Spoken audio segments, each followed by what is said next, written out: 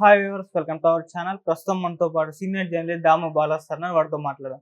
నమస్కారం సార్. నమస్తే. సార్, నిన్నంతా ఏపీలో ఎగ్జిట్ పోల్స్ రావడం చూసాం. అందులో మనం మెయిన్గా ఆరా మస్తాన్ ఎగ్జిట్ పోల్ గురించి ఒకసారి మాట్లాడుకుందాం సార్. అది క్లియర్గా వైసీపీ అధికారంలోకి వస్తుందని చెప్తుంది. కాకపోతే చాలా మంది మినిస్టర్లు ఓడిపోతారు అని చెప్తుంది. అకార్డింగ్ టు ఈ ఆరా మస్తాన్ ఎగ్జిట్ పోల్ ప్రకారం ఏ ప్రముఖులు గెలుస్తున్నారు, ఏ ప్రముఖులు ఓడిపోతున్నారు సార్? మీ ఒపీనియన్ మీకు. యాక్చువల్గా ఎగ్జిట్ పోల్స్ దాదాపు తెలుగుదేశం ప్రకారం అయితే 40 వచ్చాయి, వైసీపీ ప్రకారం అయితే 32 వచ్చాయి. సో ఏదేమైనా ఒక 30 నుంచి 40 ఎగ్జిట్ పోల్స్ అయితే వచ్చేసాయి.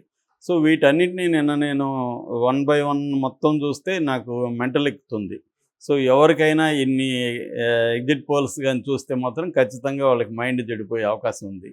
సో అయితే ఈ క్రమంలో మనం అందరివి చూడలేం కాబట్టి కొంతమందిది మాత్రమే చూస్తున్నాం. అందులో ఆరా మస్తాన్ ఒకడు, నిన్న కేకే ఒకడు, తర్వాత ఆత్మసాక్షి, రైజు, ఇలాంటి వాళ్ళు కొంతమంది డిస్కషన్లో కూర్చొని వాళ్ళ సర్వే ఏంటి, వాళ్ళు ఎవరు మెథడ్స్ ఏంటి, ఎలా సర్వే చేశారు, ఎంతమందితో చేశారు, దాని తర్వాత ఏ ఏరియాలో ఎవరు ఓడిపోతున్నారు, ఎవరు గెలుస్తున్నారు చెప్పారు. ఇందులో ప్రధానంగా ఇప్పుడు వైరల్ అవుతుండేది ఏంటంటే ఆరా మస్తాన్ ఒకడే క్లియర్గా పేర్లు పెట్టి కూడా ఈ పేరు అతను ఓడిపోతాడు, ఈ పేరు అతను గెలుస్తాడు అని కొంతమంది నోటెడ్ రాజకీయ నాయకులు ఇరువైపులా చెప్పాడు. బేసిక్గా ఆరా మస్తాన్ ఏం చెప్తున్నాడు, ఓవరాల్గా వైసీపీకి 94 నుంచి 104 వస్తాయని, కూటమికి 71 నుంచి 81 వస్తాయనేది ఆయన రఫ్ లెక్క. ఎర్రర్ 5% ఎర్రర్ ఉంటుంది అనేది ఆయన చెప్తున్నాడు. సో అంటే ఒక రకం ఏంటంటే 5% ఎర్రర్ ఉంటే అది కూడా హంగ్ వచ్చేసే అవకాశం కూడా ఉంది అటు ఇటు అయితే. ఏదేమైనా టైట్గా ఉంది ఇద్దరి మధ్య. సో ఈ కాంటెక్స్లో ఆయన వైసీపీ సిట్టింగ్ మినిస్టర్లు ఎవరైతే ఉన్నారో వాళ్ళు చాలామంది ఓడిపోతున్నారు, ప్రముఖులు కూడా చాలామంది ఓడిపోతున్నారు అనేది చెప్పారు. ముందుగా ఆయన గెలిచిన వాళ్ళ గురించి చెప్పాడు. గెలిచిన వాళ్ళు ఎవరు అంటే పవన్ కళ్యాణ్ గెలిచాడు, మంచి మెజార్టీతో గెలిచాడంటే గెలుస్తున్నాడు ఆయన దృష్టిలో. చంద్రబాబు నాయుడు కూడా మంచి మెజార్టీతో గెలుస్తున్నాడు, లోకేష్ కూడా మంచి మెజార్టీతో గెలుస్తున్నాడు, బాలకృష్ణ కూడా మంచి మెజార్టీతో గెలుస్తున్నాడు, అచ్చెన్నాయుడు మాత్రం తక్కువ మెజార్టీతో గెలుస్తున్నాడు అనేది ఇటు కూటమి తరపున. అట్లాగే కూటమి తరపున ఇది ఇప్పుడు నేను చెప్పిందంతా కూడా ఒక పవన్ కళ్యాణ్ వదిలేస్తే మిగతాంతా తెలుగుదేశం వాళ్ళు. అట్లా కాకుండా బీజేపీ పురంధేశ్వరి గెలుస్తూ ఉంది, తర్వాత సీఎం రమేష్ గెలుస్తున్నాడు, సుజనా చౌదరి గెలుస్తున్నాడు, కామినేని శ్రీనివాస్ రావు ఆయన గెలుస్తున్నాడు, బీజేపీ తరఫున పోటీ చేసిన వాళ్ళు అనేది ఆయన చెప్పాడు.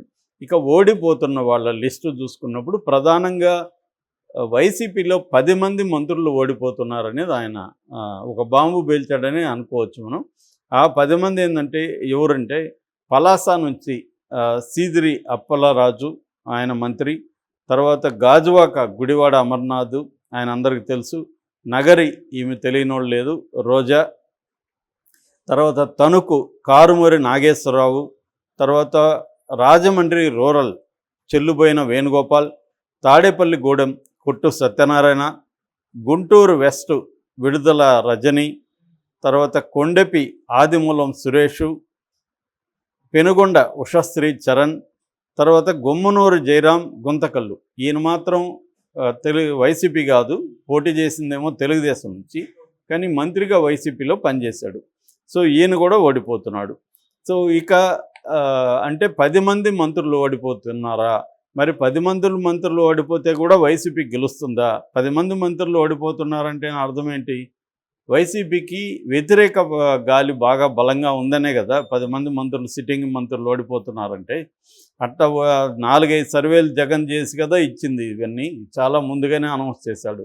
మరి 4-5 సర్వేలు కూడా ఎక్కడ వాళ్ళకి అందలేదా పల్సు? ఫర్ ఎగ్జాంపుల్ నాకు తెలిసిన ఎగ్జాంపుల్ చెప్పాలంటే మా నియోజకవర్గం రోజా ఓడిపోతుందని అందరికీ తెలుసు. మళ్ళీ జగన్ ఎందుకు ఇచ్చాడు? తెలిసే ఇచ్చుండే అవకాశం ఉంది ఇలాంటి వాళ్ళు కొంతమందికి. ఎందుకంటే వాళ్ళని అవాయిడ్ చేస్తే అక్కడ ఆల్టర్నేటివ్ లేకపోవచ్చు, రెండోది వీళ్ళని వదులుకోవడం ఇష్టం లేకపోవచ్చు. సో తెలిసైనా ఓడిపోతారని తెలిసినా కూడా కొంతమందికి ఇచ్చే అవకాశం కూడా కనబడతా ఉంది. లేకపోతే వేరే లాజిక్ లేదు. ఆమె గెలవదని తెలుసు. ఎందుకంటే వారము 10 రోజుల ముందు కూడా వాళ్ళ అక్కడున్న 5 మండలాల వైసీపీ నాయకులు రిజైన్ ఇచ్చేసి వైసీపీకి తెలుగుదేశంలో చేరారు. సో ఆ కాంటెక్స్లో తెలియకుండా ఉంటుందని అనుకోవట్లేదు నేను.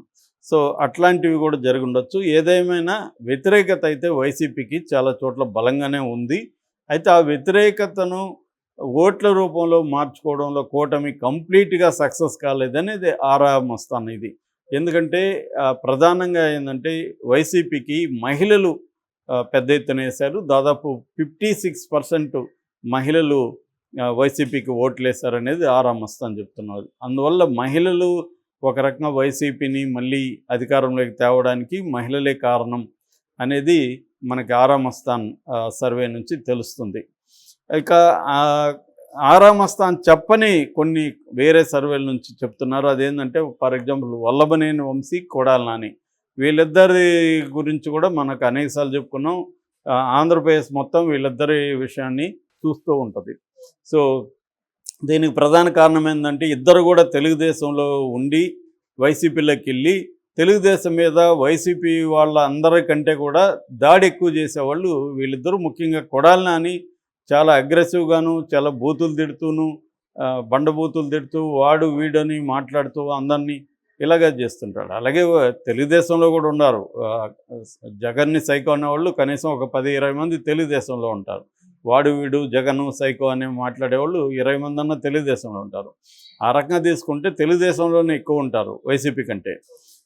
ఎందుకంటే జగన్ని సైకో అని తిట్టినట్టు చంద్రబాబుని సైకోను ఇంకొక పేరు పెట్టి తిట్టిన వాళ్ళు తక్కువే ఉంటారు వైసీపీలో. కానీ ఆ రకంగా తీసుకుంటే ఎక్కువ ఉంటారు. సరే డిగ్రీస్ వదిలేస్తే రెండు వైపులు ఉంటారు. సో ఆ రకంగా కొడాలి నాని పరిస్థితి ఏంది? కొడాలి నాని ఓడిపోతాడని కొన్ని సర్వేలు చెప్తున్నాయి, కొడాలి నాని గెలుస్తాడని కొన్ని సర్వేలు చెప్తున్నాయి. బట్ డీటెయిల్ సర్వేలు ఇంకా మనకి రాలేదు. ఎందుకంటే ఈ సర్వేలలో ఎక్కువ భాగం బోగస్ సర్వేలు ఉన్నాయి. ఇంట్లో కూర్చొని వాళ్ళు కంప్యూటర్లో టైప్ చేసేసి సర్క్యులేట్ చేసిన సర్వేలు ఎక్కువ ఉన్నాయనేది అర్థమవుతుంది ఎవరికైనా కూడా మనకి చూస్తే. సో వాడు మాట్లాడే వాళ్ళకి కూడా వాడికి చాలామందికి అసలు ఏమీ తెలియదురా వీడికి అనేది కూడా అర్థమవుతుంది. కానీ వాడు అదేదో పెట్టుకొని పెన్ను పెట్టుకొని పేపర్ పెట్టుకొని లేకపోతే ల్యాప్టాప్ పెట్టుకొని సర్వేలు చెప్పేస్తూ ఉన్నారు. వీడికి అసలు రాజకీయాల అర్థం తెలుసా అన్నట్టుగా కూడా కొంతమంది ఉన్నారు. అలాంటి వాళ్ళు అంత సర్వేలు వస్తున్నాయి. బట్ ఆరా మస్తాన్ లాంటి వాళ్ళు కొంత ఆల్రెడీ క్రెడిబిలిటీ ఉంది వాళ్ళకి. సో అయితే అతను కూడా టైట్గా ఉందని చెప్పాడు. లాస్ట్ టైం కూడా అతను 126 వైసీపీకి వస్తుందన్నాడు 2019లో. అది 151 వచ్చింది. 151 అంత వేవ్ ఉందని ఆరా మస్తాన్ కూడా గ్రహించలేకపోయాడు కదా లాస్ట్ టైం. సో దీన్ని బేస్ చేసుకొని కొడాలి నాని గెలుస్తాడా లేదనేది ఇప్పుడు ఎవరు చెప్పలేకపోతున్నారు. బట్ కొన్ని సర్వేలు కొడాలి నాని ఓడిపోతాడనేది ఆయనకైతే టెన్షన్ ఉంటే కనబడుతుంది. ఎందుకంటే ఆయన డబ్బులు పంచితే వాటిని ప్రజలకు ఇవ్వకుండా మధ్యలోనే తినేశారనేది కొడాలి నాని అనుచరుడు కూడా వీడియో కూడా తీశాడు. ఇతని మీదకి వీళ్ళు తినేశారు ఇలాగా, వీళ్ళ మీదకి కుక్కలను వదలండి అని కొడాలి నాని వాళ్ళ తమ్ముడు చిన్నికి అప్పీల్ చేస్తూ కూడా ఆయన వీడియో చేశాడు. సో ఏదేమైనా టెన్షన్ ఉంటుంది. ఆయనకు ఆరోగ్యం కూడా పాడైంది. ఆ మధ్యకాలంలో హాస్పిటల్లో కూడా చేరాల్సి వచ్చింది. ఏదేమైనా అక్కడ టైట్గా అయితే ఉంది. వెనిగండ్ల రాము ఎప్పటి నుంచో అక్కడ ఒక ఎన్జిఓ పెట్టుకొని ప్రజలకి రకరకాల కార్యక్రమాలు వాటర్ కావచ్చు ఇటువంటి సర్వీసెస్ ఆయన అందిస్తున్నాడు. సో దానివల్ల ఆయన ఏమైనా గెలుస్తాడా అనేది చూడాలి. ఏదేమైనా టఫ్గా ఉంది. లాస్ట్ 2019 ఎన్నికల్లో కొడాలి నాని 19,000కు పైన మెజార్టీతో గెలిచాడు. ఈసారి కనీసం 4-5 వేల మెజార్టీతో గెలుస్తాడనేది వాళ్ళ నమ్మకం. దాన్ని చూడాలి. వల్లభనేని వంశీ గెలుస్తాడని ఆరా మస్తాన్ చెప్పాడు. కొంతమంది ఏమో ఓడిపోతాడని చెప్తున్నారు. అది కూడా ఒక ఇంపార్టెంట్ ఆస్పెక్టే. బట్ వల్లభనేని అక్కడ వల్లభనేనికి వ్యతిరేకంగా ఒకప్పుడు వైసీపీలో ఉండి ఈయన తెలుగుదేశంలో ఉన్నప్పుడు పోటీ చేసిన యార్లగడ్డ పోటీ చేశాడు. కానీ మరి ఇప్పుడు యార్లగడ్డనా ఈయన అనేది ఇంకా తేలలేదు. అది కూడా కన్ఫ్యూజ్గా ఉంది. ఇక నెక్స్ట్ అంబటి రాంబాబు ఓడిపోతాడని చాలామంది చెప్తున్నారు. ఈయన కూడా టైట్గానే ఉంటుందని ఆరా మస్తాన్ కూడా చెప్తున్నాడు. ఇట్లా ఓవరాల్గా తీసుకున్నప్పుడు దాదాపు 10 మంది వైసీపీ మినిస్టర్లు అయితే ఓడిపోయే అవకాశం ఉంది. Okay sir, thank you so much sir.